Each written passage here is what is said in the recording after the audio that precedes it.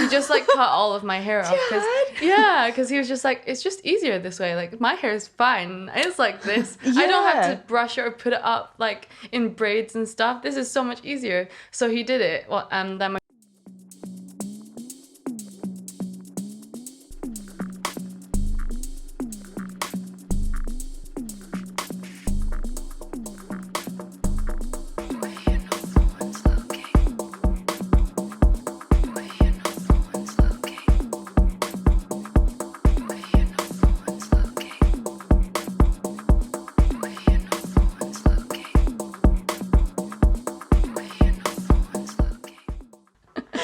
like when people get that sarcastic humor, it just makes me feel so warm inside. I think it's because I grew up with like such a like sarcastic family. Like our entire family is just deep rooted sarcasm, which I thought was kind of cool when I was a teenager because I was super angsty. But like now I'm older, I'm like, you're just being a dick. Like, can you just stop? Like, can we just like have a conversation? Like, I'm just tired of this. Like, I am. You can't get a serious answer for anything. You have to ask like 5 times. Yeah, exactly. No, seriously. That's what I'll have to say. And they're like, okay, like, it's funny. But yeah, let's, this theme for the podcast at the moment, this kind of subject we've been asking all of our guests is focusing around childhood. So, what was your childhood like? No. And like, where'd you grow up and stuff? Yeah, I grew up in Edinburgh. Like, I've just been in Edinburgh for such a long time. Yeah. But I was born in China. I was born in Wuhan. Everyone knows where that is now. Yeah. And my parents like left me with my grandparents. So I was with my grandparents for the first 3 years of my life while my parents came over to the UK and kind of like set up camp, like figured that out. happened to me as well. Yeah, really? Yeah, except just my mum moved. Yeah. Ah, okay. So they came over here, like tried to find jobs, tried to just like get things settled, because they knew that they wanted to move here. My dad had a job, so it was like more like my mum figuring out like what she wanted to do as well. And then I came, so that's why I'm really, really, really close with my grandparents. They like, I've always been like such key figures in my life. Even though since I was 3, I've never really lived with them for an extended period of time. And also because I've been in the UK for such a long time, English became my first language rather than my second language. So because you're just not using it as much. So now like when I phone them, I still have to like search things up, like how to say my Mandarin is like good enough to be conversational, but it's just like specific things I don't know how to say. So I find that a bit difficult because language is such a big part of like your culture and how you connect with people and stuff.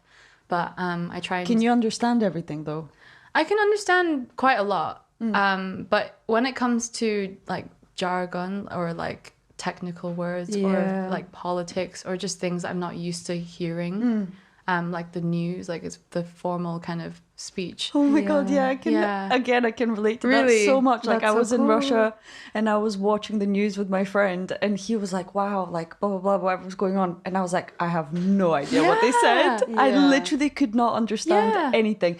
Like I'm fluent in Russian, I can speak Russian, I can read it, write it. Like I speak to my mum in Bulgarian. She answers in Russian, but there is some.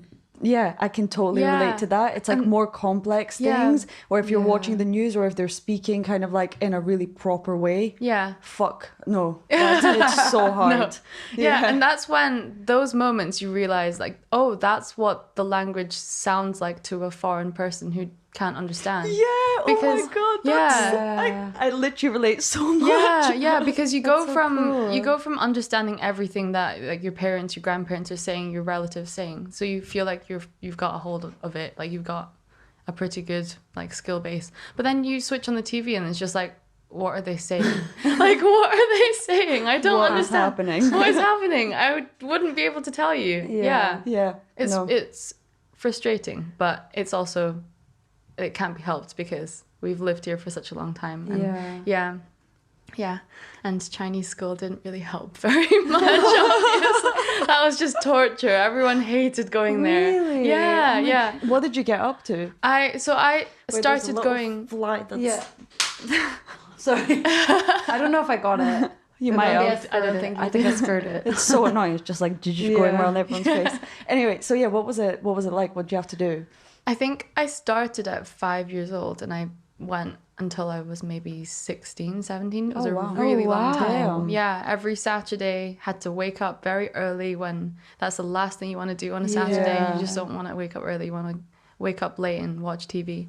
But then we'd go and sit in a classroom for 2 hours with like a 10-minute break in the middle. It was pretty intense. Wow. Like they said, you can 10 minutes. Yeah. They said surely illegal. They said, you can have a break now. Okay, done. Let's go back. Like it was so it was a lot. And when you're that young and you've already done school for 5 days in the week and it's the weekend, you don't have that attention span. And also the teachers were all like volunteers, so they also just weren't very good at teaching. So it's just we were just studying lots of irrelevant things that are not applicable to real life. Like we'd be reading like classical Chinese stories from like the 1600s or something like that. Oh my gosh, in like language that you would just never like. It's like studying Shakespeare basically. Like and Bible studies, that's where I had to go to Sunday school. Sunday.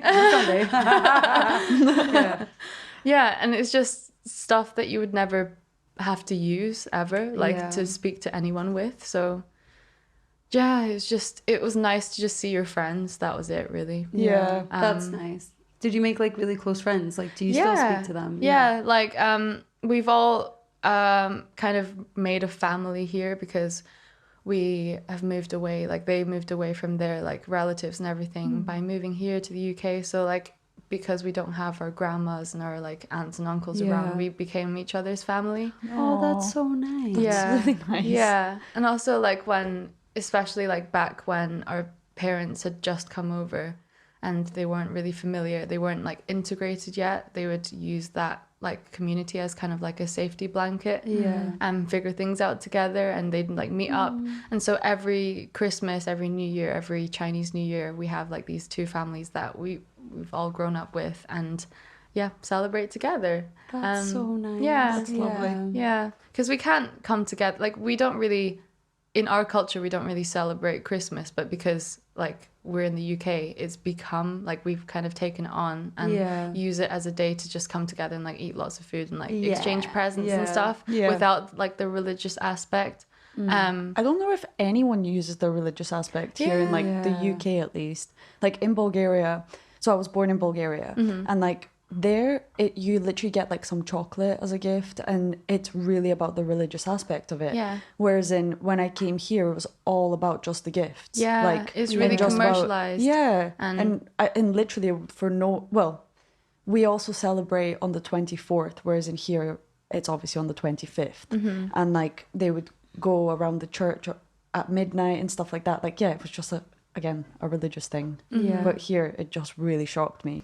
So you, Maggie, have also experienced something like very similar with your life, with your mom kind of moving over to Scotland as well, and you were left for how long? Like you lived with your dad and your aunts in Bulgaria, was it?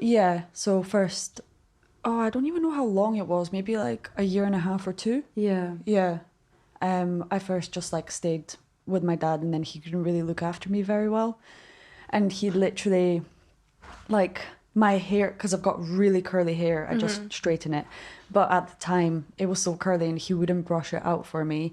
So it got matted at the back. And then he went and got it all cut off. Like, instead of dealing with it, he just was like, oh no, we'll just cut it all off. And then I came home and he was like, I was like crying, obviously really upset, because that was like the only thing that was keeping me girly, because my mum was gone. So it was kind of like harder. And and then I came in and my brother was like, yay, I have a brother. Oh no. And I was like, thanks, that made me feel better. How old were you? 7, I think, like 6 or 7. Interesting. And then basically, my mum was like, nah, I'm not having this. There was a lot of other little things that happened that led to, I just basically had to move and live with my auntie for a bit. And then we moved here. And then I had to I didn't know any English at all, and I had to learn from scratch. But I was like in P6. Oh, wow. Yeah, and then... Did you just go straight into school? P6, yeah. Without knowing any English? Nothing, yeah. Wow. Yeah, tell the story of you being, because that's a crazy, your first day of school. Oh, well, I just walked around and then I didn't know a word. Like, they said hello. What your and mom taught you. I thought I knew hello at least, but because of the accent, and like in Bulgaria, when they teach you words, it's kind of like, yeah, just hello, you know? So it's like when you hear it, so then when you hear it in real life, like from a person that actually speaks English, you're like, fuck, what's this? So I looked at my mom and I was like, oh shit.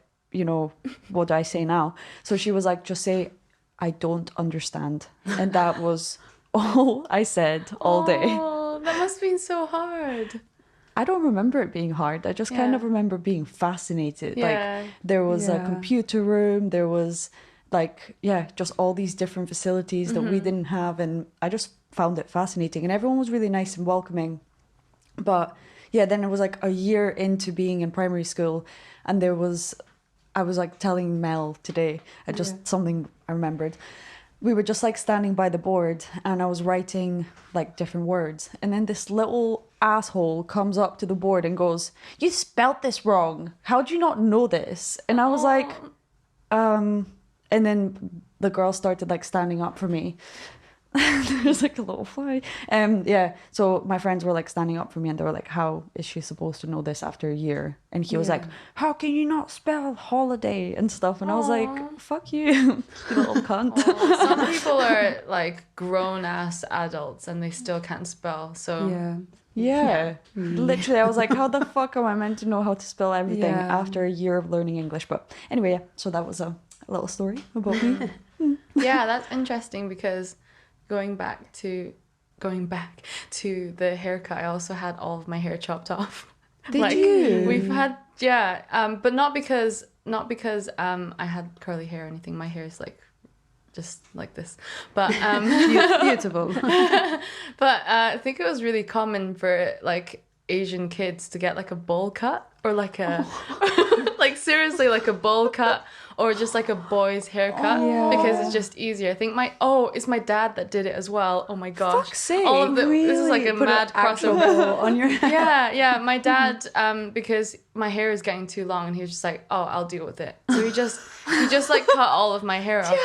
Because he was just like, it's just easier this way. Like my hair is fine. It's like this. I don't have to brush it or put it up like in braids and stuff. This is so much easier. So he did it. Well, and then my mum came home. She was like, what the fuck have you done? Like, oh, and I remember this. There's this story where I was in like this. It was like a play center or like a toy store or something. Yeah. There was like a playhouse in that toy store, and I was waiting for this girl to like be done inside because I wanted to go in, and then her mom was just like, okay, come on, like Cindy, let's go. Let this little boy have a turn.